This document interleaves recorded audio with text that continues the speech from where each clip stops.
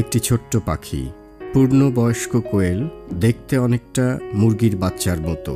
কোয়েল পালন যেমন সহজ, তেমনি কোয়েলের মাংস ও ডিম দুটোই পুষ্টিকর ও সুস্বাদু।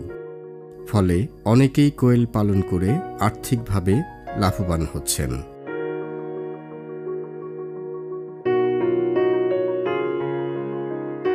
আসুন আমরা জেনে নেই কোয়েল পালনে কি কি সুবিধা পাওয়া যায়। বাড়িতে কম জায়গায় কম খরচে আমরা কোয়েল পালন করতে পারি। কোয়েল একদিকে যেমন প্রতিদিনের খাবারে আমিষের চাহিদা পূরণ করতে পারে, তেমনি বাণিজ্যিকভাবে কোয়েল ও কোয়েলের ডিম বিক্রি করে আর্থিকভাবে লাভবান হওয়া যায়। কোয়েলের খামার পরিবেশ বান্ধব। কোয়েলের রোগ ব্যাধি খুবই কম এবং খামারে দুর্গন্ধ নেই বললেই চলে। আত্মকর্মসংস্থানের জন্য স্বল্প পুঁজি খাটিয়ে সহজেই কোয়েল পালনের ব্যবসা শুরু করা যায়। আসুন বেকার বসে না থেকে কোয়েল পালন করে নিজের ভাগ্য পরিবর্তন করি এবং দেশের উন্নয়নে অংশীদার। কোয়েলের জাত নির্বাচন, প্রাপ্তিস্থান, বাচ্চা সংগ্রহ ও পরিবহন, বাসস্থান ও পালন পদ্ধতি, ব্রুডিং পদ্ধতি, খাদ্য ব্যবস্থাপনা, রোগসমূহ, বাজারজাতকরণ এবং আয় ব্যয়ের হিসাব। আমাদের দেশের আবহাওয়ায় বাণিজ্যিকভাবে ডিম ও মাংসের জন্য জাপানিজ কোয়েল পালন সবচেয়ে লাভজনক বলে ধরা হয়। কাজেই জাত নির্বাচনের ক্ষেত্রে আমরা জাপানিজ কোয়েলকেই নির্বাচন করব। এবার আমরা জেনে নিই স্ত্রী ও পুরুষ কোয়েল কিভাবে চেনা যায়। পুরুষ এবং স্ত্রী কোয়েল প্রায় একই আকার আকৃতির হয়ে থাকে।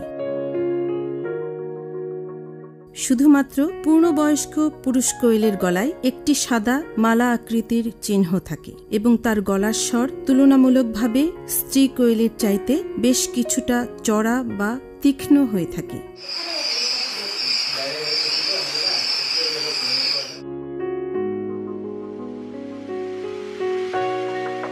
জাপানিজ কোয়েল 6 থেকে 7 সপ্তাহ বয়সে ডিম পাড়ার উপযোগী হয়।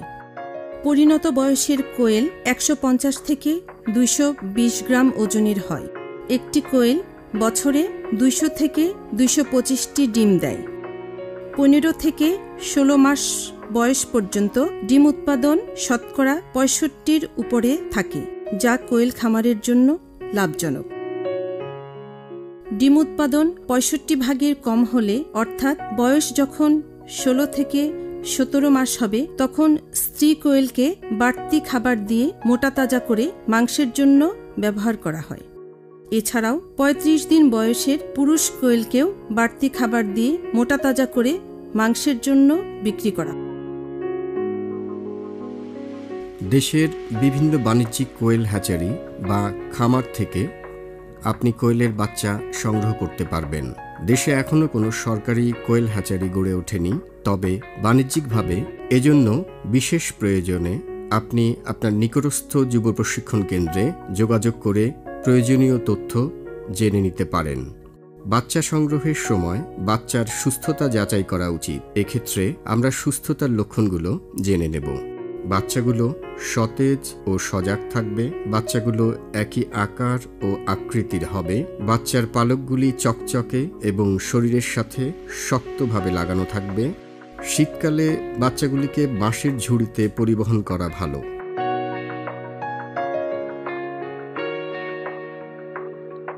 এবং গরমকালে ক্র্যাট অথবা বক্সের মাধ্যমে ভোরে বা সন্ধ্যায় বাচ্চা পরিবহন করা উত্তম।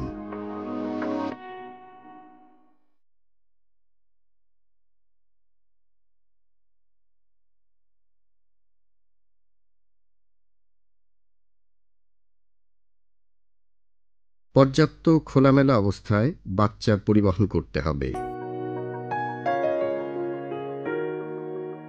কোনো অবস্থাতেই বাচ্চাকে আবদ্ধ রাখা যাবে না।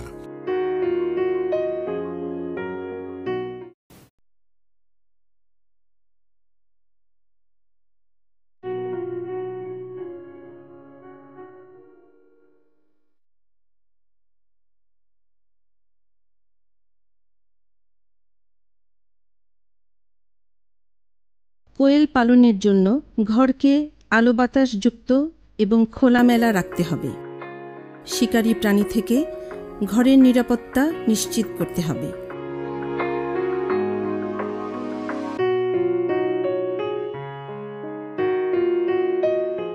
সংক্রামক রোগ বিস্তারকারী প্রাণী যেমন হাঁস, মুরগি, কুকুর, বিড়াল, ইঁদুর, বেজি ইত্যাদি থেকে ঘর অর্থাৎ পুরো খামারটিকে সুরক্ষিত করতে হবে। এবার আমরা জানব কোয়েল পালন পদ্ধতি। আমাদের দেশে সাধারণত মেঝে ও খাঁচা পদ্ধতিতে কোয়েল পালন করা হয়ে থাকে।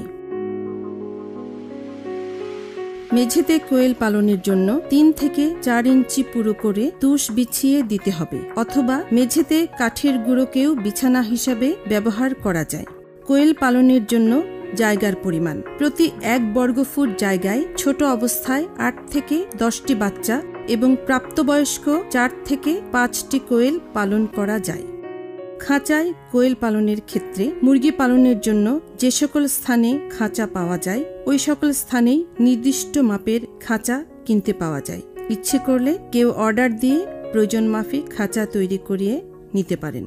6 ফুট দৈর্ঘ্য, 20 ইঞ্চি প্রস্থ এবং 12 ইঞ্চি উচ্চতার একটি খাঁচায় 100টি কোয়েল পালন করা যায়। খাঁচার উপকরণ হিসেবে জিআই তার, বাঁশ ব্যবহার করা যায়।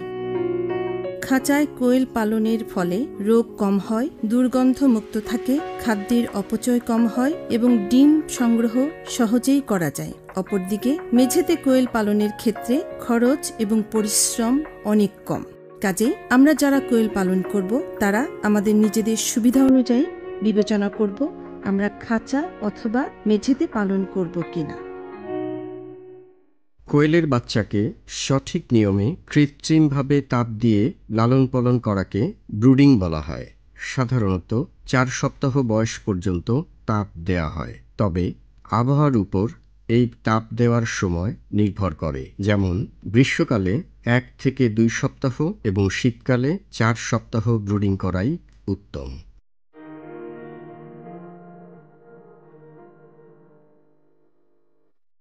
ব্রুডিংয়ের জন্য প্রয়োজনীয় উপকরণগুলোর মধ্যে রয়েছে হোভার, চিক গার্ড, মেঝের বিছানা, খাদ্যপাত্র, পানির পাত্র, থার্মোমিটার, বালতি, বেলচা, দাঁড়িপাল্লা, বৈদ্যুতিক বাল্ব এবং খবরের কাগজ। এবার জানব ধারাবাহিকভাবে ব্রুডিংয়ের কার্যক্রম। প্রথমেই ব্রুডিংয়ের জায়গা জীবাণুমুক্ত করে নিতে হবে। এরপর 2 থেকে 3 ইঞ্চি পুরু করে ধানের তুষ অথবা কাঠের গুঁড়া বিছিয়ে দিতে হবে। তারপর নির্ধারিত বৈদ্যুতিক বাল্বটি সেট করে তুষের উপর কাগজ বিছিয়ে তার উপর খাদ্য ও পানির পাত্র স্থাপন করতে হবে। বাচ্চা নামানোর আগে ভেতরের তাপমাত্রা 95 ডিগ্রি ফারেনহাইট হয়েছে কিনা তা নিশ্চিত করতে হবে। বাচ্চাগুলো আস্তে আস্তে কাগজের ওপর ছাড়তে হবে। প্রথমে শুধুমাত্র ভিটামিন বা গ্লুকোজ মিশ্রিত পানি অল্প করে পানির পাত্রে দিতে হবে। বাচ্চা নামানোর 1 থেকে 2 ঘন্টা পর খাদ্য সরবরাহ করতে হবে। দ্বিতীয় দিনে কাগজ উঠিয়ে দিতে হবে। দ্বিতীয় সপ্তাহে তাপমাত্রা 95 ডিগ্রি ফারেনহাইট থেকে 5 ডিগ্রি কমিয়ে 90 ডিগ্রি ফারেনহাইট করতে হবে। তৃতীয় সপ্তাহে আরও 5 ডিগ্রি কমিয়ে 85 ডিগ্রি করতে হবে এবং চতুর্থ সপ্তাহে তাপমাত্রা 80 ডিগ্রি ফারেনহাইটে নামিয়ে আনতে হবে। এইভাবে প্রতি সপ্তাহে তাপমাত্রা 5 ডিগ্রি করে কমাতে হবে। তাছাড়া থার্মোমিটার ছাড়াও চিক গার্ডের ভেতর বাচ্চার অবস্থান দেখে তাপমাত্রা কম না বেশি তা বোঝা যায়। যেমন বাচ্চারা যদি বাল্বের কাছাকাছি জড়সড় অবস্থায় থাকে তবে বুঝতে হবে তাপমাত্রা কম। যদি বাল্ব থেকে বাচ্চারা দূরে সরে গিয়ে থাকে তাহলে বুঝতে হবে তাপমাত্রা বেশি। আর যদি চারিদিকে সমানভাবে ছড়িয়ে ছিটিয়ে থাকে এবং পানি ও খাদ্য স্বাভাবিকভাবে গ্রহণ করে তাহলে বুঝতে হবে তাপমাত্রা সঠিক আছে। বয়স ভেদে কোয়েলের পুষ্টি উপাদানের তারতম্য ঘটে, তাই বয়স অনুসারে কোয়েলের খাদ্যকে 3 ভাগে ভাগ করা যায়। 3 সপ্তাহ বয়স পর্যন্ত প্রারম্ভিক বা স্টার্টার খাদ্য, 4 থেকে 5 সপ্তাহ পর্যন্ত বাড়ন্ত বা গ্রোয়ার খাদ্য, 6 সপ্তাহ থেকে লেয়ার বা ব্রিডার খাদ্য। আমরা এখন জেনে নিব কোয়েলের খাদ্য কি কি উপকরণ দিয়ে তৈরি করা যায়। কোয়েলের খাদ্যে ব্যবহৃত উপকরণ: ভুট্টা ভাঙা, চালের গুঁড়া, শুটকি মাছের গুঁড়া, তিলের খোল, ভিটামিন ও খনিজের মিশ্রণ, লাইমস্টোন, সামুদ্রিক ঝিনুকের খোসা চূর্ণ এবং লবণ। খাদ্য নিজেরা তৈরি করলে উপকরণসমূহে ভেজাল থাকার সম্ভাবনা থাকে এবং সুষমভাবে মিশ্রণ করা অনেক ক্ষেত্রেই সম্ভবপর হয় না। এজন্য বাজারে সহজলভ্য বিভিন্ন কোম্পানির খাবার সংগ্রহ করা যেতে পারে। আমরা জেনে নেই প্রাথমিক পর্যায়ে কোয়েল পাখিকে কিভাবে খাবার দেওয়া হয় এবং কিভাবে পানি দেওয়া হয়ে থাকে। প্রথম সপ্তাহে খবরের কাগজ বিছিয়ে তার উপর প্রতিটি কোয়েলের বাচ্চার জন্য 3 থেকে 5 গ্রাম হিসেবে খাদ্য ছিটিয়ে দিতে হবে। প্রথম 3 দিন 1 লিটার পানিতে 1 গ্রাম গ্লুকোজ মিশিয়ে দিতে হবে এবং পরবর্তীতে 1 লিটার পানিতে 1 গ্রাম এম্বাভিট WS ভিটামিন মিশিয়ে দিতে হবে।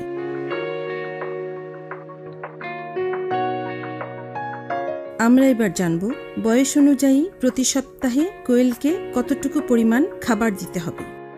প্রথম সপ্তাহে 3 থেকে 5 গ্রাম, দ্বিতীয় সপ্তাহে 8 থেকে 10 গ্রাম, তৃতীয় সপ্তাহে 12 থেকে 15 গ্রাম, চতুর্থ সপ্তাহে 18 থেকে 20 গ্রাম, পঞ্চম সপ্তাহে 20 থেকে 25 গ্রাম। এভাবেই কোয়েলের খাবার আমরা দিয়ে যাব। পূর্ণবয়স্ক একটা কোয়েল প্রতিদিন 20 থেকে 25 গ্রাম খাবার দিলেই চলে। এভাবে যতদিন পর্যন্ত ডিম পাড়ার উদ্দেশ্যে কোয়েল পাখিকে লালন পালন করা হবে ততদিন পর্যন্ত প্রতিদিন 20 থেকে 25 গ্রাম খাদ্য সরবরাহ করতে হবে। তবে লক্ষ্য রাখতে হবে ডিম পাড়া কোয়েলকে 20 থেকে 25 গ্রামের বেশি খাদ্য যেন দেওয়া না হয়। অতিরিক্ত খাদ্য গ্রহণের ফলে চর্বি জমে যাবে এবং ডিম উৎপাদন কম হবে এবং খাদ্য খরচও অনেক বেড়ে যাবে। ডিম পাড়া কোয়েলকে তার নিয়মিত খাবারের সাথে প্রতি 50 কেজিতে 8 কেজি লাইমস্টোন মিশিয়ে খাওয়ানো যেতে পারে। এতে ডিমের উৎপাদন বেশি এবং গুণগত মান ভালো হয়। তবে পুরুষ কোয়েলকে পর্যাপ্ত খাদ্য দেওয়া যেতে পারে, কারণ এতে মাংস বৃদ্ধি পেলে বাজারজাতকরণে সুবিধা হয়। পুরুষ কোয়েলের পাশাপাশি খামারে ডিম উৎপাদন কমে গেছে এমন স্ত্রী কোয়েলকে বাড়তি খাবার দেওয়া যেতে পারে। এক্ষেত্রে পুরুষ এবং ডিম উৎপাদন কমে গেছে এমন স্ত্রী কোয়েলকে ব্রয়লার স্টার্টার খাদ্য সরবরাহ করা যায়। কোয়েল পাখিকে দিনে 3 বার খাদ্য সরবরাহ করা উত্তম। যে সকল কোয়েল মোটাতাজাকরণের জন্য ব্যবহার করা হবে তাদেরকে 3 বারের অধিক খাবার দেওয়া যেত। কোয়েলের রোগব্যাধি হয় না বললেই চলে, তবে ঠান্ডা কোয়েলের একটি মারাত্মক সমস্যা। ঠান্ডা থেকে কোয়েলের 3টি রোগ হতে পারে, যেমন রক্ত আমাশয়, ব্রুডার নিউমোনিয়া, আলসারেটিভ এন্টারাইটিস। রক্ত আমাশয় রোগের প্রধান লক্ষণ রক্ত মিশ্রিত পাতলা পায়খানা। ব্রুডার নিউমোনিয়ায় সাধারণত ব্রুডিং করার সময়, অর্থাৎ 2 সপ্তাহ বয়সের বাচ্চা কোয়েলের শ্বাসকষ্ট হয়। এ সময় চোখ লাল হয়, চোখ দিয়ে পানি পড়ে, এতে মৃত্যুর হার শতকরা 50%। আলসারেটিভ এন্টারাইটিস রোগে আক্রান্ত হলে কোয়েল পাতলা পায়খানা করে, খিঁচুনি হয়, ক্ষুদ্রান্ত্রে এবং সিকামে ক্ষত দেখা দেয়। রোগবালাই দেখা দিলে সবসময়ই চিকিৎসকের পরামর্শ নিতে হয় এবং রোগ সৃষ্টিকারী জীবাণুর কবল থেকে রক্ষার জন্য ব্যবস্থা নিতে হয়। একে জৈব নিরাপত্তা বলে। কোয়েলের ঘর সবসময় পরিষ্কার ও শুকনো রাখতে হয়। ঘরে সর্বদা পর্যাপ্ত আলো ও বাতাস চলাচল নিশ্চিত করতে হয়। চাহিদা মোতাবেক পর্যাপ্ত পরিমাণ পরিষ্কার ও নিরাপদ পানি সরবরাহ করতে হয়। স্বাস্থ্যসম্মত ও সুষম খাদ্য সরবরাহ নিশ্চিত করতে হয়। খামারে সাধারণত একই জাতের এবং একই বয়সের কোয়েল পালন করতে হয়।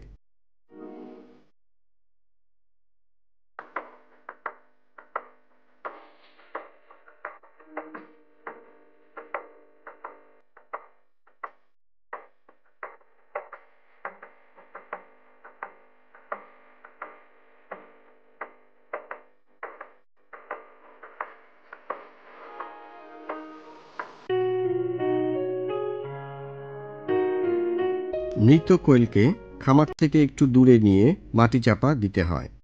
খামারে অন্য কোনো প্রজাতির পাখি বা মুরগি অথবা দর্শনার্থীর প্রবেশাধিকার সীমিত রাখতে হয়।